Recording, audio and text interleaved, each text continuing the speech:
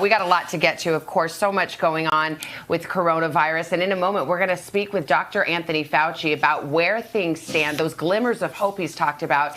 And how about it, that statement of his that maybe shaking hands should really become a thing of the past. We'll ask him about it just ahead. All right, but first, why don't we get you caught up on the very latest? Even though there is positive news on the outbreak, the number of cases in the United States has risen above 431,000. The death toll, nearly 15,000.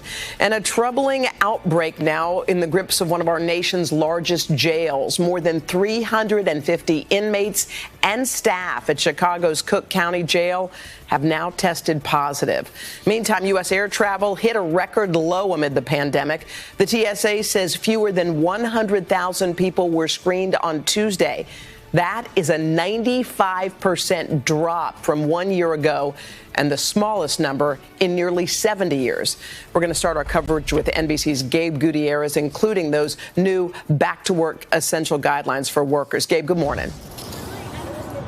Hoda, good morning. The world is beginning to see signs that drastic changes in human behavior are slowing the spread of COVID-19, but it has been a simply awful week here in New York, where the virus is taking hundreds of lives every day.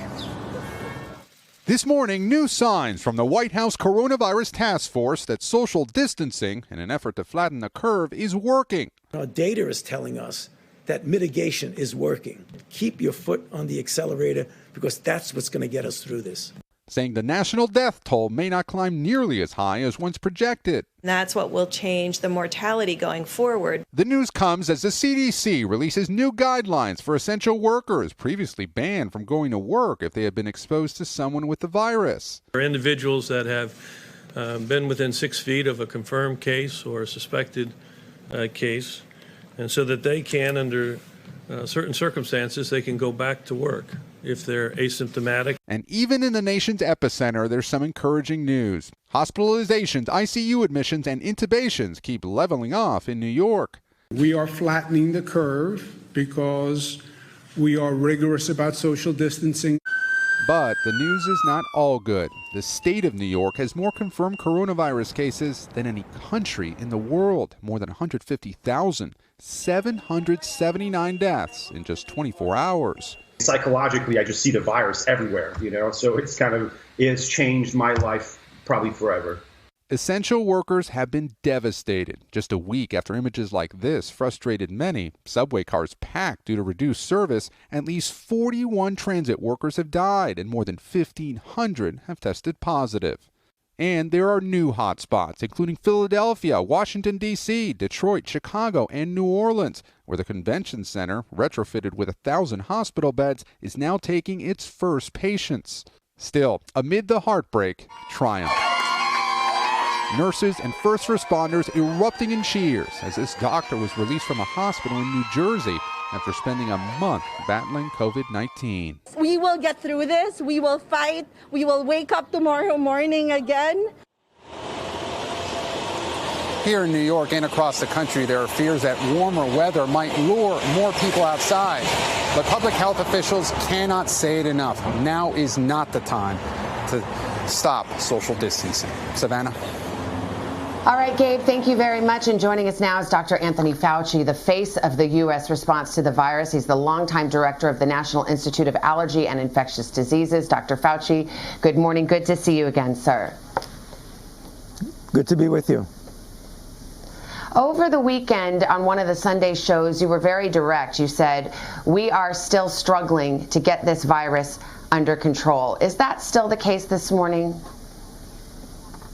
Yes, it is, I would say, because as you can see, the deaths, the number of deaths and the cases that we're seeing right now are really validating what we said, that this is going to be a very bad week on the one hand. But on the other hand, as you can see, there are some glimmers of hope, particularly when you look at the situation in New York, where the number of hospitalizations, requirements for intensive care and intubation over the last few days have actually stabilized and starting to come down. So even though we're seeing that increase in deaths, as we've seen, unfortunately, like yesterday, was the worst day for deaths that we've seen thus far.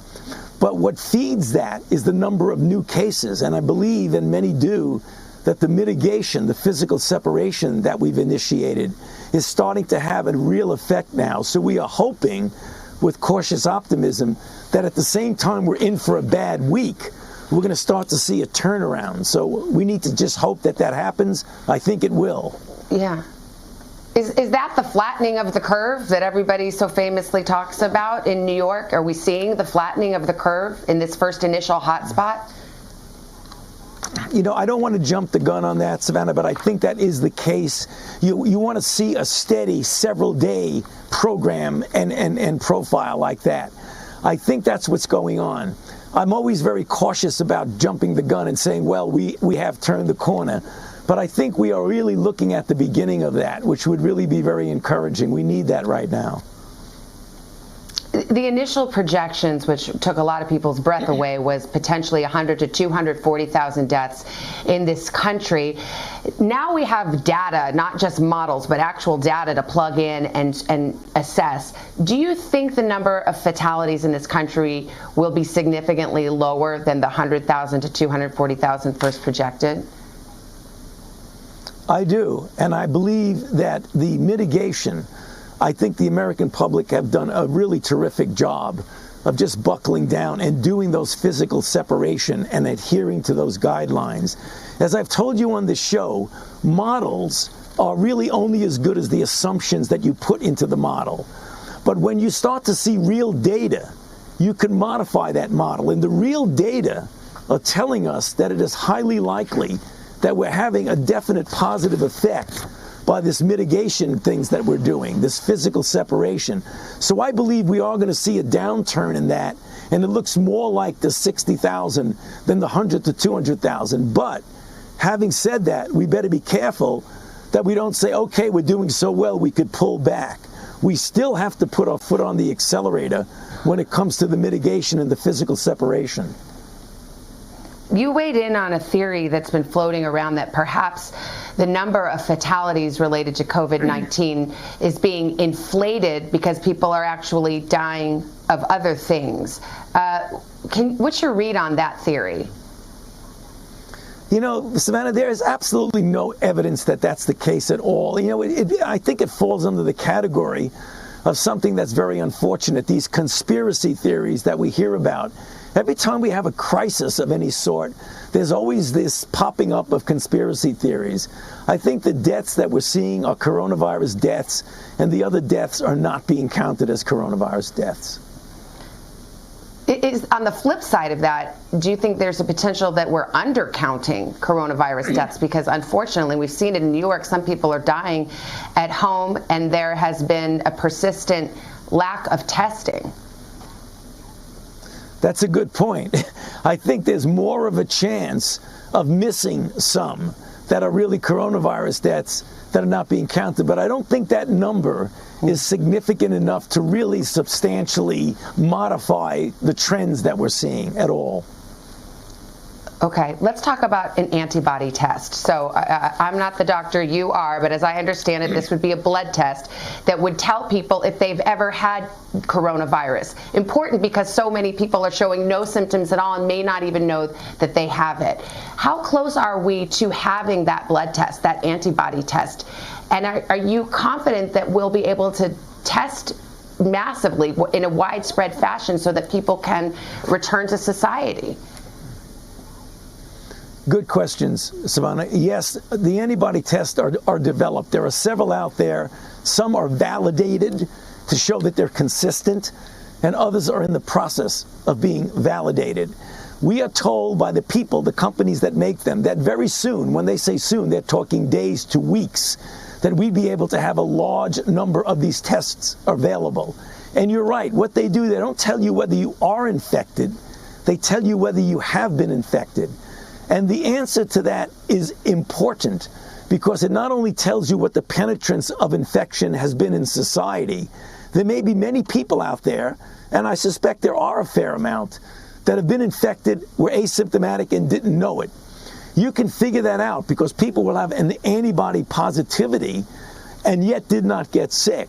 The other thing that's important is that it is likely, though we need to prove it, that once you've been infected and you have an antibody profile, that you are very likely protected against subsequent challenge to the same virus, which means you may have a cohort of people who are actually protected, who have more of a chance of getting back into the normality of society.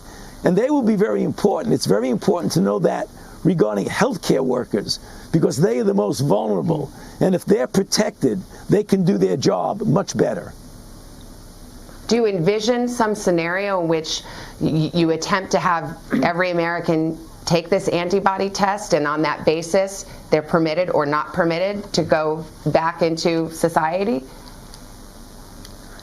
You know, something approaching that, Savannah. I'm not so sure it's every American, but I think when we get to the serosurveillance studies, which would be really flooding the society with the availability of the test, I think something akin to what you're saying is possible.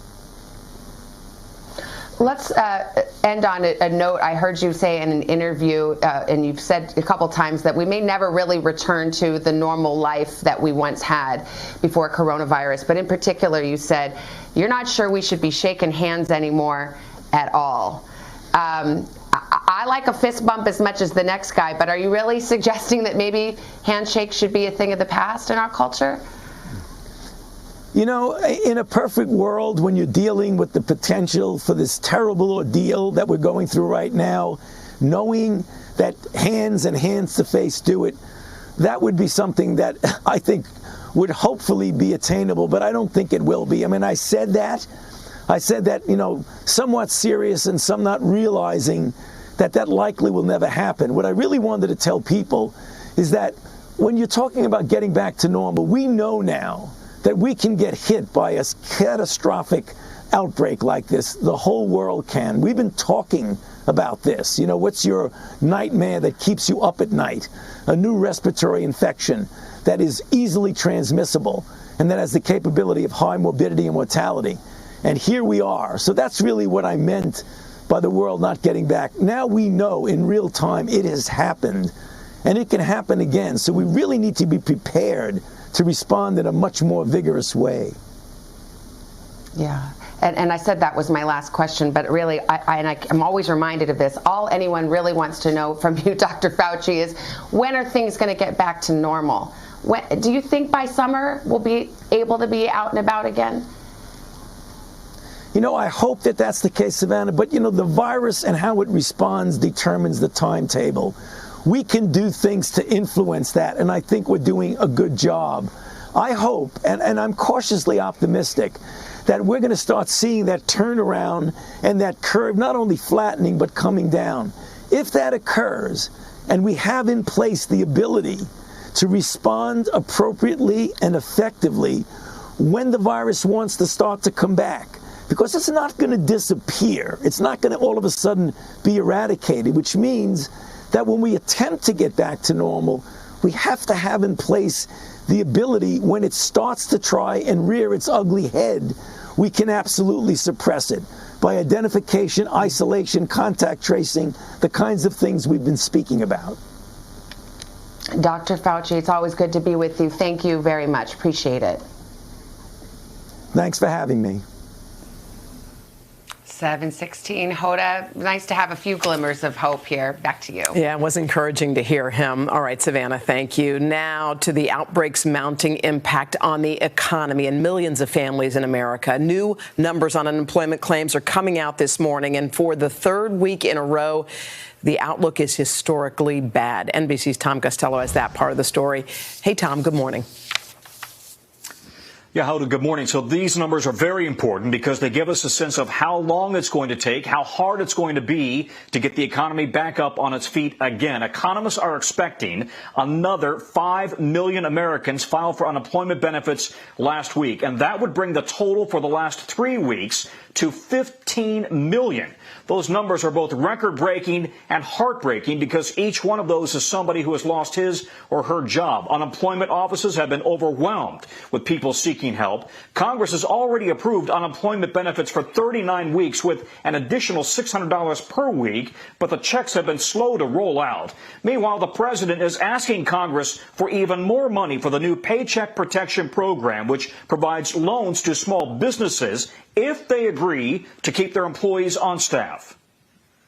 I'm asking Congress to pass additional funding for this program this week as soon as possible. And I think we have pretty good understanding with the Democrats. Hopefully it's going to be bipartisan. Republicans and Democrats, though, are divided over how the money will be spent. Democrats want to ensure that at least some of it goes to hospitals, to states, and also to food stamps. One survey finds nearly a third of apartment renters were unable to pay their rent in the first week of this month. And retailers and restaurants have been among the hardest hit, as you know. One poll showing a 59% decline in the restaurant business compared to last year, but you can expect that number will continue to drop even further. Guys, back to you. All right, Tom, thank you so much. So how about a little good news? Meantime, thousands of grocery shoppers in Atlanta and New Orleans got, wow, an incredible surprise on Wednesday. When it was time to check out, those shoppers found out that all of their groceries had been paid for. The person responsible for this remarkable act of kindness, actor and movie producer Tyler Perry, he picked up the tab during the early morning senior-only hours. That was at Kroger in Atlanta and some Winn-Dixie locations in his hometown of New Orleans. And this all comes just days after Perry gave $21,000 in tips to workers in an Atlanta restaurant. Tyler Perry doing good. I can't imagine getting to the end of the checkout and realizing that all your groceries were paid for. So hats off to Tyler Perry. All right, let's get a check of the weather. Yeah. Hey, Mr. Roker. Hey, good to see you guys. And unfortunately, we start off with some rough weather to talk about. Harrisburg, Arkansas saw some severe weather last night, and we've got more on tap. Look at that. This is an amazing video right now. You can see those lightning flashes and that tornado. A lot of damage, but right now we keep our fingers crossed. No reports of injuries, but we've got more severe weather to talk about. Look at the radar. You can see strong storms firing up now from eastern Pennsylvania all the way down into northern Georgia, central Alabama. We've got 2 areas of severe weather, storm hazards in the mid-Atlantic and northeast, 39 million people at risk in the southern plains for hail, damaging winds, and a few tornadoes. This is a fast-moving storm. It's going to intensify rapidly out over New England. And look at what happens tomorrow. Snow from Maine to upstate New York, strong winds. We could see some scattered power outages, and we're looking at upwards of a half an inch of rain. But look at northern Maine, 18 to 24 inches of snow. And on Easter Sunday, 35 million folks at risk for strong storms, tornadoes, and hail possible. And the other thing we're worried about, guys, is we're talking about these strong winds later this afternoon in New York. Hopefully the field hospitals there will be able to withstand those wind gusts.